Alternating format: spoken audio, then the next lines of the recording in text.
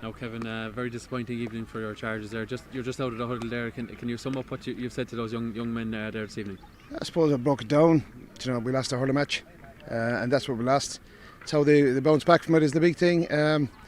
We've had a lot of tragedies around the country in recent times in sport and sporting lives. This is just a hurling match. I didn't bring that to them. That wouldn't be fair to talk to young boys like that. But in my own head, I was thinking, it's not. They don't get defined by losing the game today. In the game itself, a bit like a Cork game, we didn't get engaged at all in the first half. We got overrun early on, where they got four scores before we got a score, I think, and we hit probably 3, 4, 5 wides then at that. Got back into the game.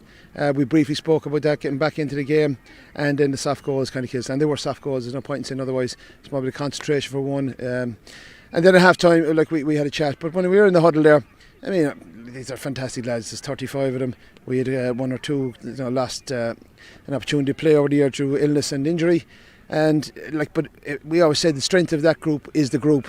They're very disappointed. These are 15 and 16 year olds. Young Darren Colby's only 15 at Christmas there. What do you really say to them that's going to knock it away? Nothing's going to disappear. They're going to have 72 hours or longer of just that kind of gut wrenching depth in your stomach, and I'll have it myself, I'm sure.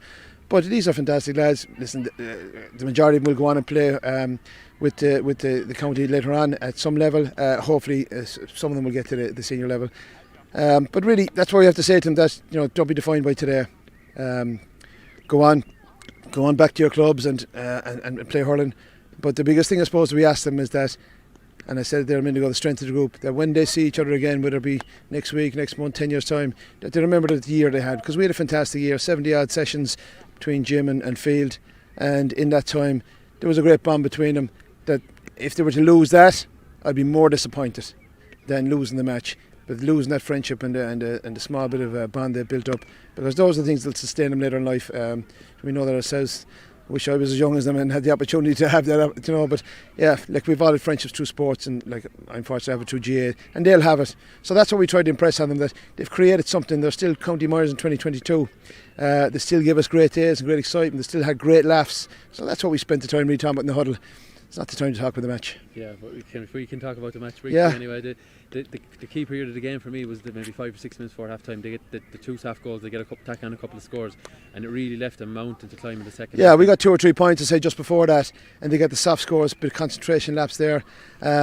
We finished, I think, strong with a point, and we think about the last point. And it was only in there was that little gap in the maybe the middle third of the first half. I thought we started to play very anxious early on. The boys were poor. No, they were poor, both from dead balls and from play. We weren't closing down our men. Waterford, we've seen them a few times, obviously. That was a different Waterford that played against us today than played against Clare. They had a real intensity about them.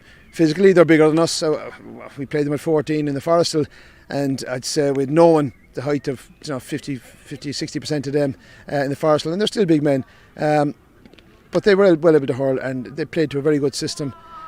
But as you said, that first half started slow. 3 points gone in. Good scores now, in fairness to them. We hit about 2 or 3 wides then straight away after that. But the middle third, I thought we did well. And as you say, the two goals are sucker punches. Then I say we finished with a good point at the end. So at half time we were going in, the team talk at half time was that we hadn't played to our standards, that we played for 5 minutes in the middle and maybe 2 or 3 minutes at the end, and that it wasn't acceptable. We made a couple of changes straight away. We decided on those in the last minute of the game, and I think those changes brought a new intensity to the game. Ty Corrigan came in there, did really well as a half forward, and we needed that. We needed ball winners around the half forward line, which he didn't really have in the first half. The Limerick Academy has had such success in the last decade. It's one of the most disappointing evenings that we've seen. So many finals at minor level. We've seen winning and losing Munster Championships. Disappointing evening overall. But I suppose it's the process and the steps that are taken along the way that's what you're aiming for as a coach and a manager. Yeah, exactly. The academy's been held up there as a prime example of what academy should be around the country, and I think they're right in that. You're not always going to have the best team every year. That's just not going to happen. I know Diarmid had a couple of great teams, got to the Munster final, did well with them. And best of luck to them tomorrow in the 20s. But the academy is about development, not just for the players. It's about development for the coaches. I've been fortunate to be with them for 7 years now, and I feel, I hope I'd have developed. But I see coaches coming in and they're really adding stuff at 14, 15, 16 minor, and now 19s, which is a new one this year. So the academy is about development. You're going to have bad days. Yeah, it's not, life doesn't work like that. You're going to have bad days where maybe the performance isn't exactly what you hoped, but the academy system's working really well, and we see it, like we see what the fruition is there now last Sunday and the previous weekend against Cork. So